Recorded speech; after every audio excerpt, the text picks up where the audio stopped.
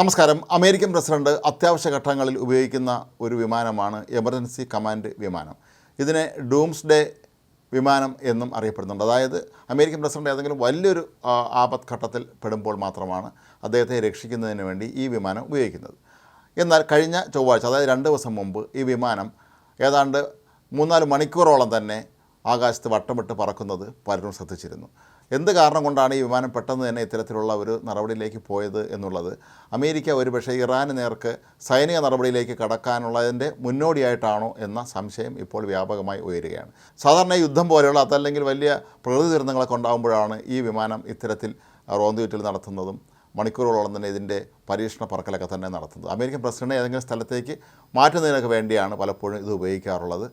September 11 തീവ്രവാദി ആക്രമണത്തിന് തൊട്ടു പിന്നാലെ അന്ന് അമേരിക്കൻ പ്രസിഡൻ്റായിരുന്ന ജോർജ് W. ബുഷിനെ സുരക്ഷിതമായ സ്ഥാനത്തേക്ക് മാറ്റിയത് ഈ ഒരു വിമാനത്തിലായിരുന്നു എന്നാണ് കരുതപ്പെടുന്നത്. ബോയിങ് E-4B നൈറ്റ് വാച്ച് ഇനത്തിൽപ്പെട്ടതാണ് ഈ വിമാനം.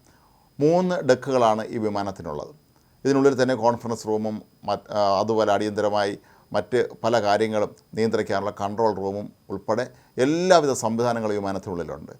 ഇത്തരത്തിലുള്ള 4 വിമാനങ്ങളാണ് അമേരിക്ക സ്വന്തമായിട്ടുള്ളത്. ഇത് പ്രസിഡന്റിൻ്റെ ആവശ്യത്തിനാണ് ഉപയോഗിക്കുന്നത് എങ്കിൽ പോലും പലപ്പോഴും അമേരിക്കൻ പ്രതിരോധ സെക്രട്ടറിയും ഈ വിമാനം ഉപയോഗിക്കുന്നത് പതിവാണ്.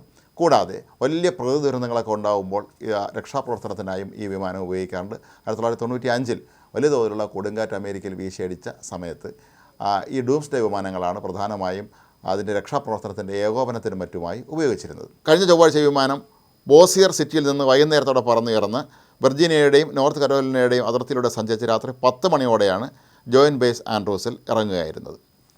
വിമാന ദൗത്യം ഏതാണ്ട് 4 മണിക്കൂറിലധികം നീണ്ടു നിന്നതാണ് പലരും സംശയം ഉണർത്തുന്നത്. നിരവാധികം കീഴടങ്ങണം എന്ന അമേരിക്കൻ പ്രസിഡന്റിൻ്റെ ആവശ്യം ഇറാൻ പരമോന്നത നേതാവ് ഖമേനി തള്ളിക്കളഞ്ഞതോടുകൂടി ഇരു രാജ്യങ്ങളും തമ്മിൽ യുദ്ധമുണ്ടാകുമോ എന്ന ഒരു സ്ഥിതി സംജാതമാകുകയായിരുന്നു.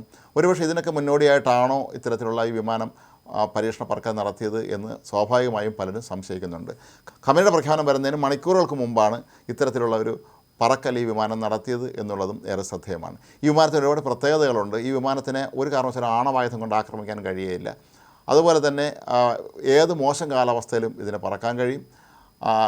ഈ വിമാനത്തിൽ 67ഓളം ആൻറ്റിനകളാണ് ഘടിപ്പിച്ചിട്ടുള്ളത്. ലോകത്തിൻ്റെ ഏത് ഭാഗവുമായും ബന്ധപ്പെടാൻ ഈ വിമാനയാത്രയിലുടനീളം സാധിക്കും എന്നുള്ളൊരു പ്രത്യേകത കൂടി ഈ ഡൂംസ്ഡേ വിമാനത്തിന് ഉണ്ട്.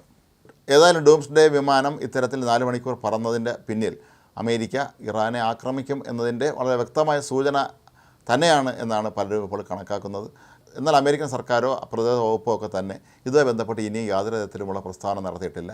ഈ വിമാനങ്ങൾ ഇടയ്ക്ക് പരീക്ഷണ പറക്കൽ നടത്താറുണ്ട് എന്നുള്ള മറ്റൊരു പ്രധാനപ്പെട്ട കാര്യമാണ്. എങ്കിൽ പോലും ഇപ്പോൾ ഇത്രയും ഒരു യുദ്ധം ആസന്നമായ ഒരു സമയത്ത് ഈ വിമാനങ്ങൾ 4 മണിക്കൂറോളം പറന്നത് എന്തിനാണ് എന്നുള്ളൊരു ചോദ്യം ഉയരുന്നുണ്ട്.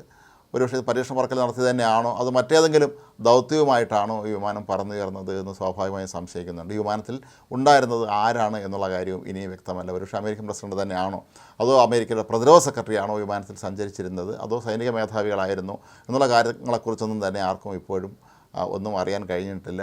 എങ്കിലും ഈ വിമാനത്തിൻ്റെ ഈ ഒരു അപ്രതീക്ഷിതമായ ദുരൂഹമായ സാഹചര്യത്തിലുള്ള പറക്കൽ ഇപ്പോൾ എല്ലാവരെയും സംശയത്തിലാഴ്ത്തിയിരിക്കുകയാണ്.